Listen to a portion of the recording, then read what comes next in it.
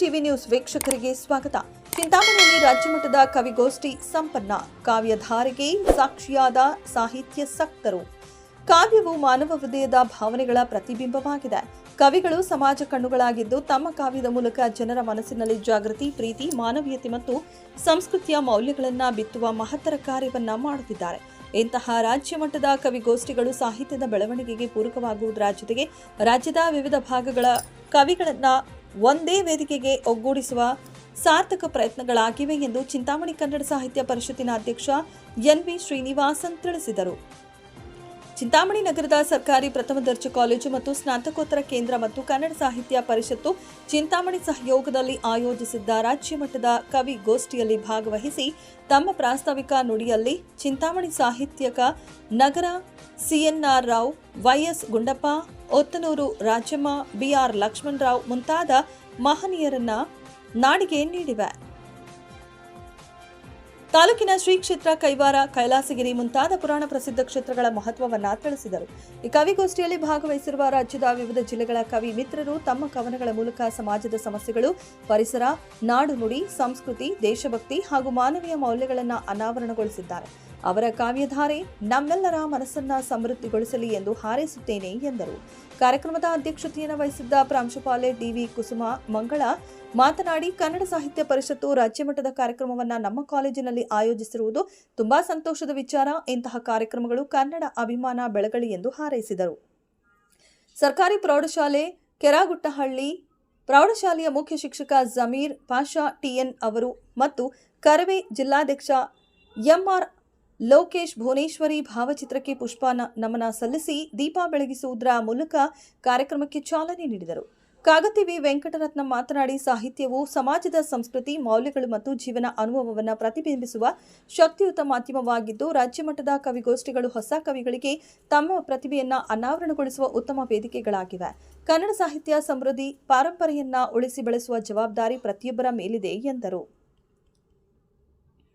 ಕರವೇ ಜಿಲ್ಲಾಧ್ಯಕ್ಷ ಎಂಆರ್ ಅಶೋಕ್ ಮಾತನಾಡಿ ತಮ್ಮ ಅಭಿಮತವನ್ನ ವ್ಯಕ್ತಪಡಿಸಿದರು.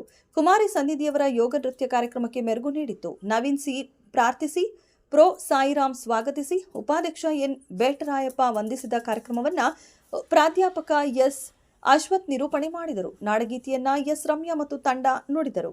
ಯಲಹಂಕದ ವಿನಯ್ ಪಿ ಬಾವಿ, ಚಿತ್ರದುರ್ಗದ ಸತೀಶ್ ಕುಮಾರ್, ಪಾರೆ ಹೊಸಹಳ್ಳಿ ಶಿವು, ಮಾಲತಿ ಬೆಂಗಳೂರು, ವೀಣಾ ಸುಧೀಂದ್ರ ಬೆಂಗಳೂರು, ಚೈತ್ರ ಬಿಜಿ ದಾವಣಗೆರೆ, ಕುಸುಮಮಂಗಳ ಡಿವಿ ಪ್ರಾಂಶುಪಾಲರು, Sushi Shanthakumar Mysuru, Pramila Mahadev Chikkaballapura, Radha KGF, Meera Nadig Chitradurga, Parameshwara Gupta Chintamani, Radhamani M Kolar, Ksheeralinga Bommanahal Raichur, NV. Srinivasan ಇವರುಗಳು ಅತ್ಯುತ್ತಮ ಕವನಗಳನ್ನು ವಾಚಿಸುವ ಮೂಲಕ ಕಾರ್ಯಕ್ರಮಕ್ಕೆ ಮೆರುಗು ತಂದರು.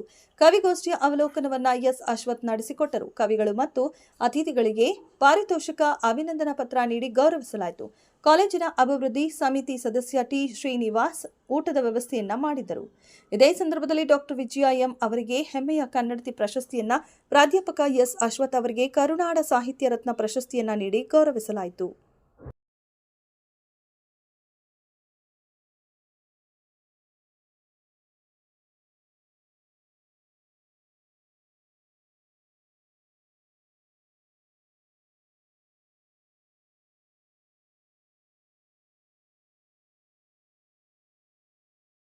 ಶಕ್ತಿಯ ಮೂಲ ಸೂರ್ಯ. ಸೂರ್ಯನಿಂದ ಆರಂಭವಾಗುವಂತಹ ನಮ್ಮ ದಿನಚರಿ ಪ್ರಕೃತಿಯಲ್ಲಿ ಏನೆಲ್ಲ ಬದಲಾವಣೆಗಳನ್ನು ತರುತ್ತದೆ ಎನ್ನುವ ಸಂದೇಶವನ್ನು ಹೊತ್ತು ತರುತ್ತಿದೆ ಕವನದ ಶೀರ್ಷಿಕೆ ದಿನಕರನ ದೀಪಣ್ಣ. ಹೂದಳದಲ್ಲಿ ಅರಳಿಸಿದೆ ಬಣ್ಣ, ಬೆಳಕು ತರುವ ದಿನಕರನ ದೀಪಣ್ಣ. ಎಳೆಯ ಕಾವಿಗೆ ಮೊಗ್ಗು ಧರಗಳರಳಿಸಿ, ಹೂವಾಗಿ ಬಣ್ಣ ಬಣ್ಣದಿ ಮನವನರಳಿಸಿ. ದಿನಕರನಿಂದ ರಮಣೀಯ ಈ ಪ್ರಕೃತಿ ಸೊಬಗು. ಹಸಿರು ಎಲೆಗಳ ಮೇಲೆ ಬಿಳಿ ಮುತ್ತು, ಬೆಳಗಿನ ಜಾವದಿ ಕಣ್ಮನ ಸೆಳೆದಿದೆ. ಇಬ್ಬನಿ ಹನಿಗಳ ಸೌಂದರ್ಯದ ನೋಟ, ಎಲೆಗಳಲ್ಲಿ ಶ್ವೇತ ಮಂಜಿನ ಮಣಿಗಳ ಓಟ.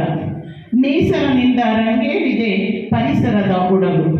ಹೊತ್ತು ಮಲಗಿದೆ ಸದ್ದಿಲ್ಲದೆ ನಿಸರ್ಗ, ಕತ್ತಲೆಗೆ ಸಂಪೂರ್ಣ ಮೌನದ ಮಾರ್ಗ. ಮೈಕೊಡವಿ ನಿಲ್ಲಲು ಸೋಕಿದೆ ರವಿಕಿರಣ, ರಾತ್ರಿ ನೀರವತೆಗೆ ಚುರುಕಿಟ್ಟಿದೆ ಬಿಸಿಲ ಬಾಣ. ರವಿಯಿಂದ ತಾನೇ ಮುಂಜಾವಿನ ಈ ವಯ್ಯಾರವು ಹೊತ್ತು ಮೂಡಲು ಬದುಕಿಗೆ ಜನ ಸಜ್ಜಾಗಿದೆ. ಮುಂಜಾನೆಯ ಹೊಂಬಿಸಿಲಿಗೆ ಮೈ ಚಾಚಿದೆ. ಚುಮ್ಮು ಚುಮ್ಮು ಚಳಿಯ ದೂರ ಸರಿಸಿದೆ. ಸೂರ್ಯ ಜೀವ ಜಗತ್ತಿನ ಜೀವ ಸೆಲೆಯಾಗಿದೆ. ಭುವಿಯನ್ನು ಬೆಳಗಿದೆ ದಿನಕರನ ದೀಪಣವು. ಭುವಿಯನ್ನು ಬೆಳಗಿದೆ ದಿನಕರನ ದೀಪಣವು. ಸರ್ವರಿಗೂ ಧನ್ಯವಾದಗಳು. 2 ವರ್ಷದ ಕಾಲದಲ್ಲಿ ಮರೆಯಲಾಗದ ನೆನಪುಗಳೆಷ್ಟು? 2 ವರ್ಷದ ಕಾಲದಲ್ಲಿ ಮರೆಯಲಾಗದ ನೆನಪುಗಳೆಷ್ಟು? 365 ದಿನಗಳಲ್ಲಿ ಬಂಕ್ ಹೊಡೆದ ಕ್ಲಾಸುಗಳೆಷ್ಟು? 365 ದಿನಗಳಲ್ಲಿ ಬಂಕ್ ಹೊಡೆದ ಕ್ಲಾಸುಗಳೆಷ್ಟು? ಜಗಳದಲ್ಲಿ ಹಾಡಿದ ಮಾತಿಗೆ ಹೊಡೆದ ಹೃದಯವೆಷ್ಟು? ಜಗಳದಲ್ಲಿ ಹಾಡಿದ ಮಾತಿಗೆ ಹೊಡೆದ ಹೃದಯವೆಷ್ಟು? ಕಾಣದ ಕಡಲಿಗೆ ಹಂಬಲಿಸಿದ ಮನಸ್ಸುಗಳೆಷ್ಟು? ಕಾಣದ ಕಡಲಿಗೆ ಹಂಬಲಿಸಿದ ಮನಸ್ಸುಗಳೆಷ್ಟು? ಸ್ನೇಹಿತರ ಬಳಿ ಹೋಗಿದ್ದ ಸ್ಥಳಗಳೆಷ್ಟು? ಸ್ನೇಹಿತರ ಬಳಿ ಹೋಗಿದ್ದ ಸ್ಥಳಗಳೆಷ್ಟು? ಪರೀಕ್ಷೆ ಸಮಯದಲ್ಲಿ ಬರೆದ ಕಥೆಗಳೆಷ್ಟು? ಪರೀಕ್ಷೆ ಸಮಯದಲ್ಲಿ ಬರೆದ ಕಥೆಗಳೆಷ್ಟು? ಸುಟ್ಟರಿಯುವ ಬಿಸಿಲಿನಲ್ಲಿ ಹಾಡಿದ ಆಟಗಳೆಷ್ಟು? ಸುಟ್ಟ ಹರಿಯುವ ಬಿಸಿಲಿನಲ್ಲಿ ಹಾಡಿದ ಮಾತುಗಳೆಷ್ಟು? ಮುರಿದ ಸಂಬಂಧದಲ್ಲಿ ಬಿದ್ದ ಕಣ್ಣೀರುಗಳೆಷ್ಟು? ಮುರಿದ ಸಂಬಂಧದಲ್ಲಿ ಬಿದ್ದ ಕಣ್ಣೀರುಗಳೆಷ್ಟು? ನೋವು ಮರೆಸುವ ನಗು ಮುಖಕ್ಕೆ ಸಿಕ್ಕ ತಿರಸ್ಕಾರಗಳೆಷ್ಟು? ನೋವು ಮರೆಸುವ ನಗು ಮುಖಕ್ಕೆ ಸಿಕ್ಕ ತಿರಸ್ಕಾರಗಳೆಷ್ಟು? ಹರಿಯದೆ ಪರಿಚಯವಾದ ಸಂಬಂಧದಲ್ಲಿ ಬಿಟ್ಟು ಹೋಗಲಾಗದ ಮನಸ್ಸುಗಳೆಷ್ಟು? ಹರಿಯದೆ ಪರಿಚಯವಾದ ಸಂಬಂಧದಲ್ಲಿ ಬಿಟ್ಟು ಹೋಗಲಾಗದ ಮನಸ್ಸುಗಳೆಷ್ಟು? ಹಾಗೆ 4 ದಿಕ್ಕಿನಲ್ಲಿ ಬಂದ ಸಂಬಂಧಗಳು ನಾವಿಲ್ಲದೆ ಇರುವ ದಿನಗಳಲ್ಲಿ ಉಳಿಯುವುದು ನೆನಪುಗಳು ಮಾತ್ರ. 4 ದಿಕ್ಕಿನಲ್ಲಿ ಬಂದ ಸಂಬಂಧಗಳು ನಾವಿಲ್ಲದೆ ಇರುವ ದಿನಗಳಲ್ಲಿ ಉಳಿಯುವುದು ನೆನಪುಗಳು ಮಾತ್ರ. ಈ ಒಂದು ಅವಕಾಶ ಕೊಟ್ಟ ತಮ್ಮೆಲ್ಲರಿಗೂ ನಮಸ್ಕಾರಗಳನ್ನು ಮಾಡ್ತಾ ಶ್ರೀ ಸಿದ್ಧಗಂಗಾ ಶಿವಯೋಗಿ ಕಲ್ಪತನ ನಾಡಿನಲ್ಲಿ ಬೆಳಕು ಚೆಲ್ಲಿದನು ಆ ಭಗವಂತ. ತಮ್ಮ ಸ್ವಾರ್ಥಕ್ಕಾಗಿ ಸೇವೆ ಮಾಡಲಿಲ್ಲ, ನೊಂದ ಜನರ ಕಣ್ಣೀರನ್ನು ಒರೆಸುತ್ತ ನಿಂತ ಶತಮಾನ ಕಂಡ ಈ ಸಂತ. ಮತ್ತೇನು ಬೇಡಲಿಲ್ಲ ತಮ್ಮ ಸುಖಕ್ಕಾಗಿ ಬಾಗಿದ ಬೆನ್ನು. ಬಡವರ ಕಂಬನಿಗಾಗಿ ಈ ಕರುನಾಡೆ ಶಿರಬಾಗಿತು. ಶ್ರೀಗಳ ನಿಸ್ವಾರ್ಥ ಸೇವೆ ನೋಡಿ ಕಾಯಕವೇ ಕೈಲಾಸ ಎಂದು ತಿಳಿದರು. ಜನ ಸೇವೆ ಮಾಡಲು ಈ ಭೂಲೋಕಕ್ಕೆ ಬಂದರು. ಅಂಗೈಯಲ್ಲಿ ಇಷ್ಟಲಿಂಗ ಪೂಜೆ ಮಾಡಿದರು. ಮಕ್ಕಳ ಸೇವೆಯಲ್ಲಿ ಶಿವನನ್ನು ಕಂಡರು. ತ್ರಿವಿಧ ದಾಸೋಹ ಮಾಡಿ ಶರಣರಾಗಿ ನಡೆದಾಡುವ ದೇವರಾಗಿ ಶತವಯಸ್ಸುಗಳಾಗಿದ್ದೀರಿ. ಕಾಲ ಸವಿದರು ನಿಮ್ಮ ಕಾಯಕ ಸವಿಯದು. ನಿಮ್ಮ ಸಾಧನೆ ಈ ಸಮಾಜಕ್ಕೆ ದೊಡ್ಡದು. ಆ ದೇವರೇ ಸೋತನು ನಿಮ್ಮ ನಡೆನುಡಿಗೆ. ಆ ಶಿವನೇ ಮೆಚ್ಚಿದನು ನಿಮ್ಮ ನಿಷ್ಕಲ್ಮಶ ಭಕ್ತಿಗೆ. ಜ್ಞಾನದ ಬೆಳಕು ಧರಿಸಿದ ಶ್ರೀ ಸಿದ್ಧಗಂಗಾ ಶಿವಯೋಗಿಗೆ ಶಿರವಾಗಿ ನಮಿಸುವೆ. ಶ್ರೀ ಶಿವಕುಮಾರ ಸ್ವಾಮೀಜಿಯವರಿಗೆ ಅವಕಾಶಕ್ಕಾಗಿ ಧನ್ಯವಾದಗಳು. ಹಾಗೂ ಕನ್ನಡ ಸಾಹಿತ್ಯ ಪರಿಷತ್ನ ಅಧ್ಯಕ್ಷರಾದ ಶ್ರೀನಿವಾಸ್ ಸರ್ ಹಾಗೂ ತಂಡದವರಿಗೆ ಅಭಿನಂದನೆಗಳು, ಹೃದಯಪೂರ್ವಕವಾದ ಅಭಿನಂದನೆಗಳು ಸರ್. ಪರಿಷತ್ತು ಎನ್ ವಿ ಶ್ರೀನಿವಾಸ್ ಸರ್ ಅವರು ಅಧ್ಯಕ್ಷರಾಗಿರ್ತಕ್ಕಂಥವರು ಮತ್ತು ನಮ್ಮ ಪದವಿ ಶಿಕ್ಷಣ ಸ್ನಾತಕೋತ್ತರ ಕಾಲೇಜು ವಿಭಾಗದಿಂದ ಇದೊಂದು ಅವಿಸ್ಮರಣೀಯವಾದಂಥ ಕ್ಷಣ ಮತ್ತು ಇದೊಂದು ಇತಿಹಾಸ ಅಂತ ಹೇಳ್ಬೋದು. ಈ ಒಂದು ಕಾರ್ಯಕ್ರಮಕ್ಕೆ ಸಾಕ್ಷಿಯಾದ ನಾವು ಪುಣ್ಯವಂತರು ಅಂತ ಹೇಳ್ಬೋದು. ನನ್ನ ಕವನದ ಶೀರ್ಷಿಕೆ ದಯವಿಟ್ಟು ಕವಿಗಳು ಕವನ ವಾಚನ ಮಾಡಾದ್ಮೇಲೆ ಜೋರಾಗಿ ಚಪ್ಪಾಳೆ ಹೊಡಬೇಕು ಸರ್. ಜೋರಾಗಿ ಚಪ್ಪಾಳೆ ಹೊಡಿಬೇಕು. ನಮ್ಮ ವೇದಿಕೆ ಮೇಲಿರುವವರು ಎಲ್ಲ ಪ್ರತಿಯೊಬ್ಬರು ಅದನ್ನು ನನ್ನ ಕವನದ ಶೀರ್ಷಿಕೆ ಈ ಜಗಕ್ಕೆ ಬುದ್ಧನ ಶಾಂತಿ ಮಂತ್ರವು ಬೇಕು. ಹೇ ಮಾನವ, ಸಾಕು ನಿಲ್ಲಿಸು ಯುದ್ಧ, ಜಗಕ್ಕೆ ಶಾಂತಿ ಸಂದೇಶ ಸಾರಿದರು ಬುದ್ಧ. ಹೇ ಮಾನವ, ಸಾಕು ನಿಲ್ಲಿಸು ಯುದ್ಧ, ಜಗಕ್ಕೆ ಶಾಂತಿ ಸಂದೇಶ ಸಾರಿದರು ಬುದ್ಧ. 3 ದಿನದ ಬದುಕಿಗೆ ಯಾಕೀ ಸಂಘರ್ಷ? 3 ದಿನದ ಬದುಕಿಗೆ ಯಾಕೀ ಸಂಘರ್ಷ? ನೊಂದವರ ಬದುಕಿಗೆ ನೀಡಬೇಕು ನೀ ಹರುಷ. ನೊಂದವರ ಬದುಕಿಗೆ ನೀಡಬೇಕು ನೀ ಹರುಷ. ಅಜ್ಞಾನಿಯೇ ನೀನು, ಅನಕ್ಷರಸ್ಥನೇ ನೀನು, ಬಿಡಬೇಕು ನೀನೊಮ್ಮೆ ನಾನು ಎಂಬ ಅಹಂಕಾರವನ್ನು.